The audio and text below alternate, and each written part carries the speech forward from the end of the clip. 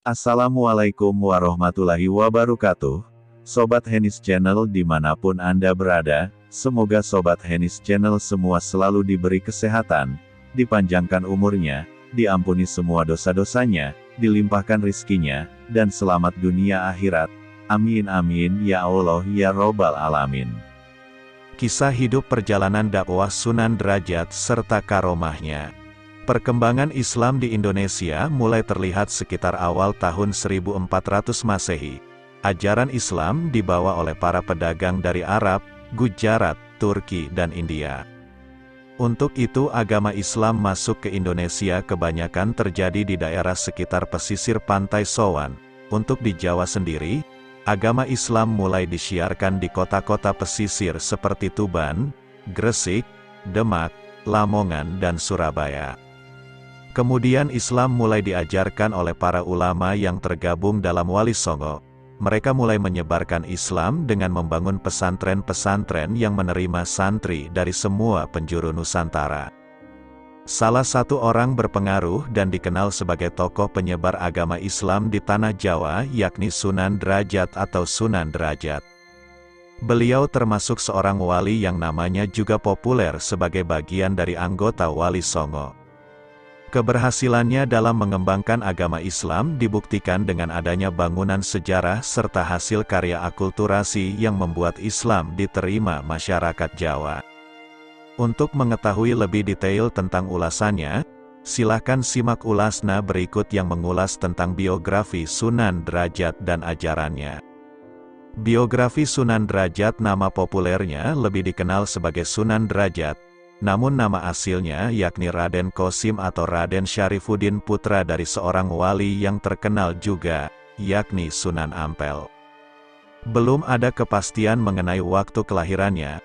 Diperkirakan sekitar tahun 1470 Sunan Derajat juga bersaudara dengan anggota Wali Songo lainnya, yakni Sunan Bonang. Biografi Sunan Derajat sebagai berikut. Biografi keterangan nama asli Raden Qasim, nama lain Raden Syarifuddin. Sunan Mayang Madu Sunan Mahmud Sunan Muryapada Maulana Hashim. Syekh Masakeh Raden Imam, nama ibunya Ageng Manila, nama ayah Raden Rahmat. Sunan Ampel, tahun lahir 1470 Masehi, tahun wafat 1530 Masehi, tempat syiar Desa Derajat, Lamongan, tempat makam Lamongan. Sejak kecil Sunan Derajat memiliki kecerdasan luar biasa sehingga mampu menguasai materi tentang agama Islam. Julukannya sebagai Sunan Derajat karena telah berhasil menyebarkan Islam di Desa Derajat, Kecamatan Paciran, Kabupaten Lamongan. Gelar lain yang diberikan oleh Raden Patah kepada Sunan Derajat yakni Sunan Mayang Madu karena keberhasilannya tersebut. Jika dilihat dari susunan silsilah keluarga, Sunan Derajat termasuk anak yang kedua berasal dari 5 bersaudara. Beliau juga merupakan cucu dari Syekh Maulana Malik Ibrahim yang menjadi satu-satunya pelopor yang pertama kali mengembangkan Islam di Jawa. Jika silsilahnya ditarik lebih jauh lagi, Syekh Maulana Malik Ibrahim adalah seorang anak dari Syekh Jamaluddin Akbar, atau yang dikenal Jumadil Kubro. Silsilah tersebut berasal dari keturunan ke-10 cucu Nabi Muhammad, yakni Sayyidina Husain. Sunan Derajat memiliki jiwa sosial tinggi. Selain kegiatannya untuk menyebarkan Islam, ia juga sangat peduli dengan kaum fakir dan miskin. Pertama kali yang diupayakannya sebelum menyebarkan Islam adalah mengentaskan kemiskinan agar rakyat bisa bangkit. Perjalanan dakwah Sunan Derajat mengenyam pendidikan pesantren Ampel Denta di Surabaya bersama-sama dengan kakaknya Sunan Bonang, kerabatnya Sunan Giri. Pesantren di Ampel Denta yang waktu itu berada di bawah pimpinan Sunan Ampel, ayahnya sendiri. Beliau mendapatkan perintah untuk menyebarkan agama Islam di wilayah barat Surabaya, terutama berada di pesisir Gresik, tetapi selama perjalanannya menyeberangi lautan, Sunan Derajat mengalami musibah yang tak terduga. Perahu yang ditumpanginya terhantam badai ombak raksasa yang menyebabkannya tenggelam, dan akhirnya beliau terdampar di desa yang berada di pesisir Lamongan. Saat berada di desa tersebut, beliau mendapatkan sambutan hangat tak terduga dari tokoh tetua kampung yang bernama Mbah Mayang Madu serta Mbah Banjar. Mereka sebelumnya telah diyakini memeluk agama Islam karena adanya bantuan dari beberapa pendakwah lain di Surabaya. Akhirnya Sunan Derajat memutuskan untuk menetap di Desa Jelak dengan menikahi Nyai Kemuning, yakni putri dari Mbah Mayang Madu. Beliau mendirikan sebuah surau kecil yang kemudian berkembang menjadi pesantren sebagai tempat para penduduk mengaji. Desa Jelak yang semula terpencil mulai dikembangkan semakin maju dan juga ramai. Nama desa pun akhirnya diubah menjadi Banjaranyar. Setelah merasa bahwa dakwahnya di Desa Jelak berhasil, Sunan Derajat memutuskan untuk berkelana mencari tujuan dakwah di tempat lain.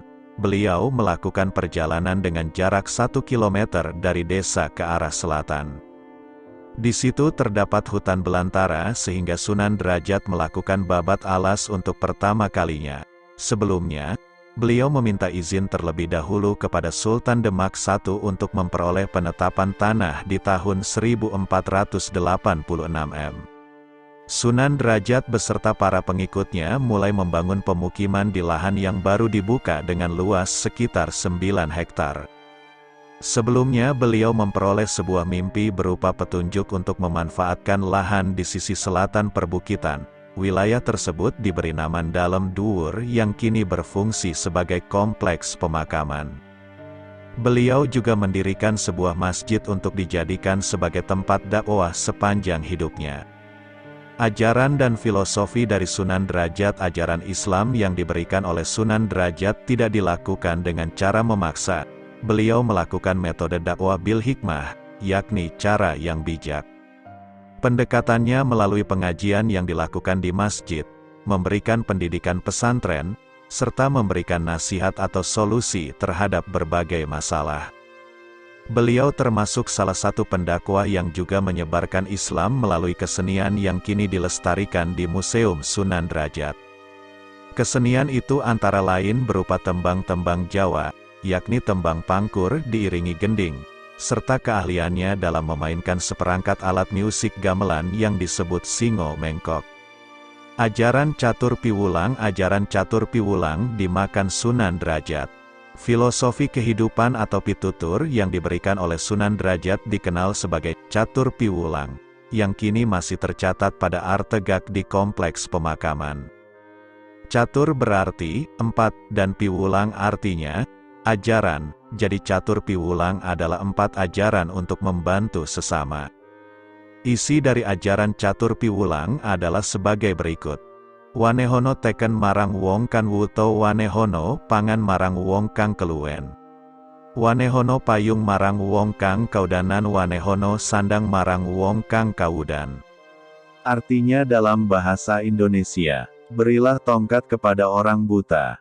Berilah sedekah makanan bagi orang kelaparan, berilah payung atau tempat berteduh bagi orang kehujanan. Berilah pakaian untuk orang yang tidak berpakaian.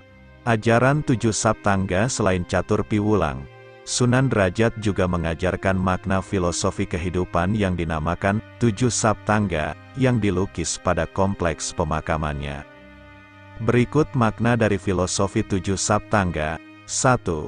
Membangun reseptiasing sasoma. Membangun reseptiasing sasoma, bermakna keharusan bagi kita untuk membuat hati semua orang senang. 2. Jroning suka kudu eling lan waspada. Jroning suka kudu eling lan waspada, memiliki makna saat kita bahagia kita tidak boleh lupa dan selalu bersyukur kepada Tuhan dan tetap waspada. 3. Laksmitaning subrata tan nyipta marang pringgabayaning lampah. Laksmitaning subrata tan nyipta marang pringgabayaning lampah, yakni ajaran untuk tetap teguh, berusaha keras, dan tidak putus asa untuk mencapai cita-cita luhur. 4. Meper hardening pancadria. Meper hardening pancadria, yakni anjuran untuk menahan besarnya nafsu. 5. Heneng hening henung. Heneng hening henung, berarti saat kita terdiam, maka akan menghadapi suasana hening, dan di situ kita dapat berusaha berdoa untuk mencapai cita-cita mulia. 6. Mulia guna pancawaktu. Mulia guna pancawaktu, yakni kebahagiaan yang selalu bisa diperoleh ketika melaksanakan salat 5 waktu teratur. 7. Catur piwulang. Ajaran yang ketujuh ini adalah ajaran utama untuk bersosialisasi yang tertuang dalam catur piwulang seperti yang dijelaskan sebelumnya. Makna dari catur piwulang, yakni anjuran untuk berbagi ilmu kepada seorang yang masih belum memahami segala sesuatu. Seperti ajaran untuk bersedekah, ajaran tentang kesusilaan kepada semua orang yang kurang memiliki rasa malu, serta melindungi dan memberikan bantuan kepada setiap orang menderita. Karomah Sunan Derajat. Setiap wali memiliki karomah yang menjadi anugerah dari Allah. Simak ulasan berikut tentang karomah Sunan Derajat. 1. Ditolong ikan cucut dan ikan talang ketika kapal yang ditumpaginya karan atau tenggelam di lautan. Sang Sunan berpegangan pada kayu atau dayung perahunya. Sunan Derajat dapat bertahan karena pertolongan Allah, karena kemudian muncul ikan cucut serta ikan talang atau cakalang yang akhirnya menyelamatkannya. Kemudian setelah terombang-ambing ombak di lautan luas dan ditolong oleh ikan cucut atau ikan talang ini, akhirnya beliau terdampar di desa di pesisir kota Lamongan. 2. Memancarkan air dari lubang bekas umbi. Ketika Sunan Derajat mengadakan perjalanan dakwahnya, beliau dan pengikutnya merasa kehausan, maka beliau meminta semua untuk istirahat dan mencari air untuk diminum. Beberapa santrinya mencabut umbi hutan atau wilus untuk diambil airnya. Ketika itu Sunan Derajat berdoa kepada Allah agar diberikan air, maka saat itu juga keluar air memancar deras dari bekas cabutan umbi hutan tersebut. Hingga saat ini air keluaran dari bekas cabutan umbi hutan tersebut masih ada, bahkan dijadikan sumur oleh warga sekitar. Sumur ini menjadi sumur abadi yang ada di daerah itu. 3. Memindahkan masjid dalam waktu semalam. Ketika Sunan Sendang Duur meminta masjid kepada Ratu Kalinyamat atau Mbok Rondo Mantingan, ia diizinkan membawa masjid bangsawan yang ada di Jepara. Ratu Kalinyamat mengizinkan untuk memindahkan masjid yang berada di Jepara tersebut untuk dibawa ke desa Sendang Duur. Namun dengan syarat, ketika nanti memindahkan tidak boleh ada bekas pindahan atau puing-puing pemindahannya. Selain itu juga syaratnya harus dipindahkan dalam 1 malam. Sunan Sendang Duur kemudian meminta bantuan Sunan Derajat untuk memindahkan masjid tersebut ke desa Sendang Duur. Akhirnya dalam waktu semalam masjid yang berada di Jepara bisa dipindahkan oleh Sunan Derajat tanpa meninggalkan secuil potongan atau serpihan di tempatnya yang lama. Esok harinya, warga desa Sendang Duur merasa kaget karena muncul masjid bagus di desanya.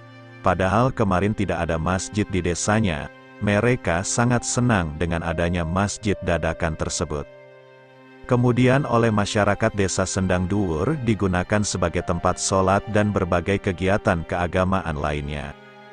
Makam Sunan Derajat. Keberhasilan Raden Syarifuddin dalam mengembangkan Islam menyebabkannya dijuluki sebagai Kadrajat, yang berarti seseorang yang diangkat derajatnya.